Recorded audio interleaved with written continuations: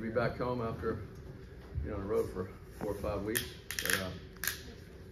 But guys played well tonight offensively, really shared the ball, 29 assists. So point of emphasis the last few days to try to get more ball movement, player movement in our offense, and that they responded very well.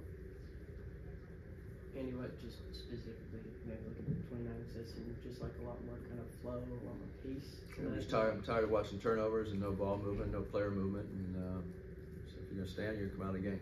So it's pretty simple. They did a great job tonight. Isaiah had 7 assists, no turnovers, but he had 7 assists. Kobe 5, and everybody did a good job of sharing the ball. Andy, Uzziah played 4 minutes, and KP and Johnny didn't get in tonight. Are you starting to tighten up the rotation? Is that part of the plan? Well, we've been playing 11 guys all season, and we are going to play guys that defend, that play well in practice, that produce in the games, and are able to. And look, AP and Kajani and Uzziah are all good players, but it's hard to play 11 guys every single game. So this lineup's not set in stone. The minutes will vary. You just have to play well, and we had to change something. So the last couple of days in practice, I thought were productive, and we'll see what happens. Recently, defense has been maybe not up to par what you would like. Would you say that last 3 minutes of the first half was the best series of defense this season?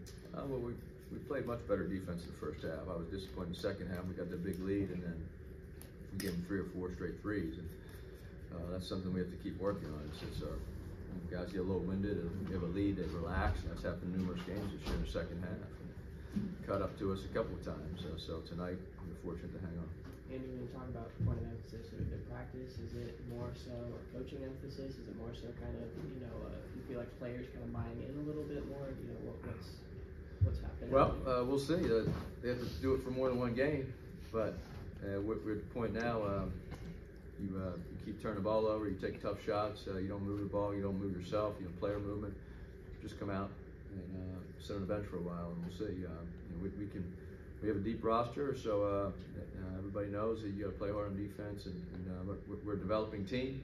It was my fault for scheduling so many road games and away games. We had the least amount of home games, 5 in the power conferences this year by far up until this point, and we misjudged our inexperience a little bit, and also meshing this team together in the regular season. Then we had those injuries after our first and second game with all those injuries for about 2.5 weeks. So it was tough. Our schedule really hurt us this year because of all the travel. Didn't give us a chance to come back and regroup and work on things and catch our breath. And so it's nice to be home.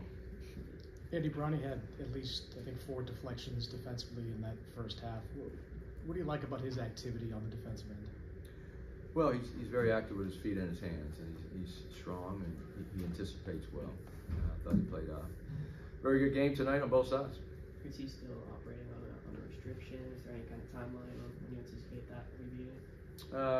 We're not sure. I don't get into that with the doctors unless I need to. So that'll be kind of a week-by-week type thing. Coach, what did you see in Kobe Johnson? He struggled in the first half, then he went with 14 points in the second half. What did you see out of him? If I start playing good offensive basketball, I don't know what to say. I mean, he made the 1 and he made 4 in a row, and he played great. So like we can't make open shots for our guys. He finally started making some open shots and played outstanding. He was terrific in the second half. You talked a little bit about that inexperience, with Isaiah in particular, 7 assists, no turnovers tonight. It's like you guys kind of got him downhill a little bit more. What did you see in terms of his just attack? Well, you have to learn to play the position. It's hard. It's the hardest position to learn as a point guard. You have so much responsibility, and he's learning the position and learning how what he can do, what he can't do, and also kind of his own game is developing. So he's going to be a much better player here coming up. We all hope. Tonight was the first step, and I was very proud of him. What's the process in working on his jumper, trying to get that to kind of come on? Well, let's start with the 7 assists and no turnovers, just not to carry away. Andy, what was the thinking with Bronny down the stretch? You just try to save him for that last extra minute and a half of the game? Well, the other guys were playing okay, playing well. So Bronny defensively tried to get him in for defensive purposes, and he's a good foul shooter.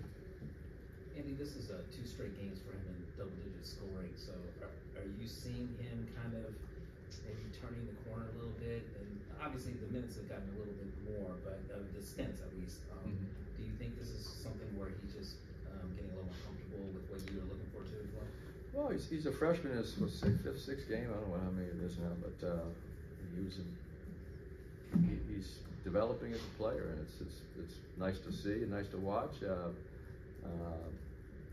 Like he's a typical freshman, but he had a little disadvantage over most freshmen, where he was out for 5 months and had to come back in mid-season. It's very hard to do. So his effort tonight was great in the defensive end, and as you said, he's had 4 deflections. He had 2 had a steal, and then he also had 3 assists. But he also scored the ball and had 10 points. So we need that bench production. Our bench players, guys that come off the bench for us, have to be productive, and he was terrific tonight. What went into just Josh starting over, Vince after Vince? We're playing our best defense. Josh is our best defensive big by far. Okay, and he's an experienced guy.